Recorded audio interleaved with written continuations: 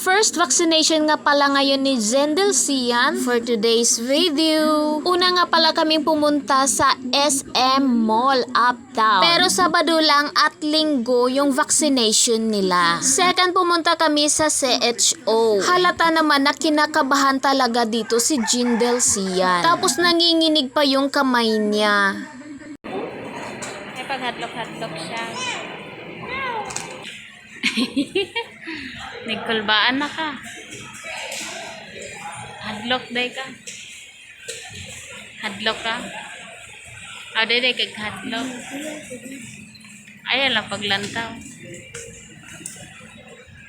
May ilang dokumento lang akong pinirmahan dahil minor de edad pa nga lang si Zendel Cian. Kailangan talaga natin gabayan yung ating mga anak, lalong-lalo na sa vaccination site dahil ang lakas ng kaba nila. Takot talaga sila sa karayom. Birth certificate nga lang pala yung dinala namin dito dahil kailangan yung correct spelling talaga ng pangalan.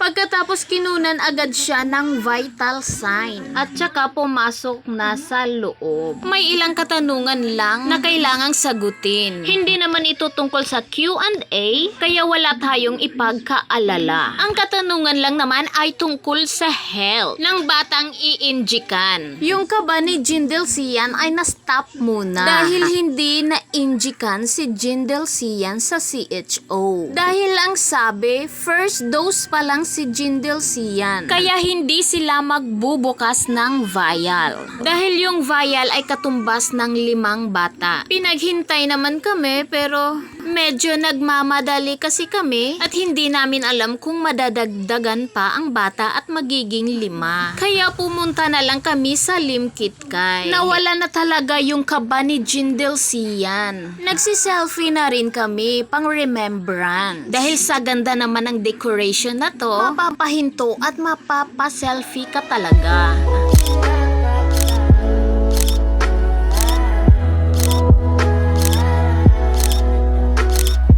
Pagkatapos na naming mag-selfie ay pumunta kaagad kami sa vaccination site. At eto na naman tayo, bumalik na talaga yung kaba ni Zendel Cian. Pumasok na pala kami sa vaccination entrance. Dumiretso lang kami hanggat makarating. At eto na talaga, this is it na. Sa wakas i-injika na talaga si Zendel Cian. Hadlok day kay paak na sa laway. Sabi mo kamot ko eh. Ay, lagi kag hadlok. Paak raw na sa lamigas. Di man nasakit.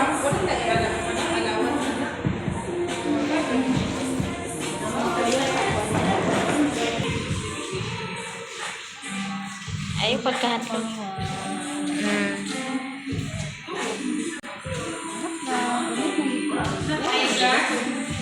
Na.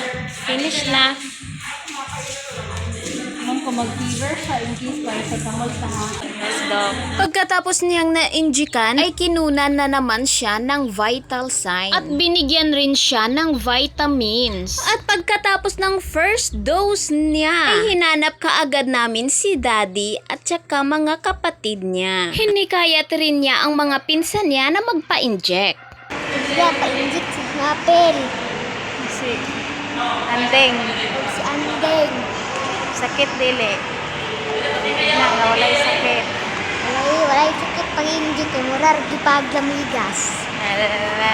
At pagkatapos bilang regalo sa first dose niya, ay naglaro muna kami bago umuwi. Ang dami talaga ng laruan na pwedeng laruin. Naswak talaga at gustong gusto ng mga anak ko. At dahil minsan lang kaming makalabas ay sinulit na namin ang araw. Iba't ibang laro ang nilalaro nila dito na sobra namang ikinatuwa ng mga anak ko. At syempre kami rin. Naglaro rin kami para makakuha ng ticket. Dahil sa 5 ticket ay meron ng prizes.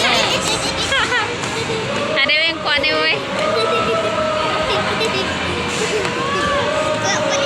Sa Sa sobrang tuwa niya ay napatalon talaga. Kaya hayan tuloy. Shaky yung pavi-video. Ang galing naman ng daddy namin. Nakuha niya talaga ang yellow na Hello Kitty. Na favorite naman ni Jindal Sian. O dito na naman tayo sa next game. Sumakay si Kishan sa kabayo at sa car naman si Jindal Sian. May bakante pa sanang isa. Kaso ayaw ni Rosenkef. Bakit kaya?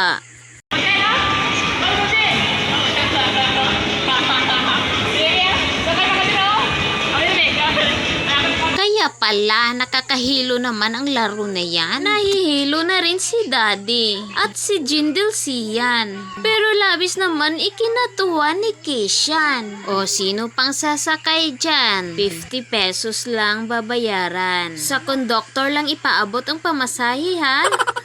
Yung paglalaro para namin ay hindi siya free. Nagbayad kami ng 100 pesos na katumbas ng 10 token. At dyan nagtatapos ang video. Thanks for watching!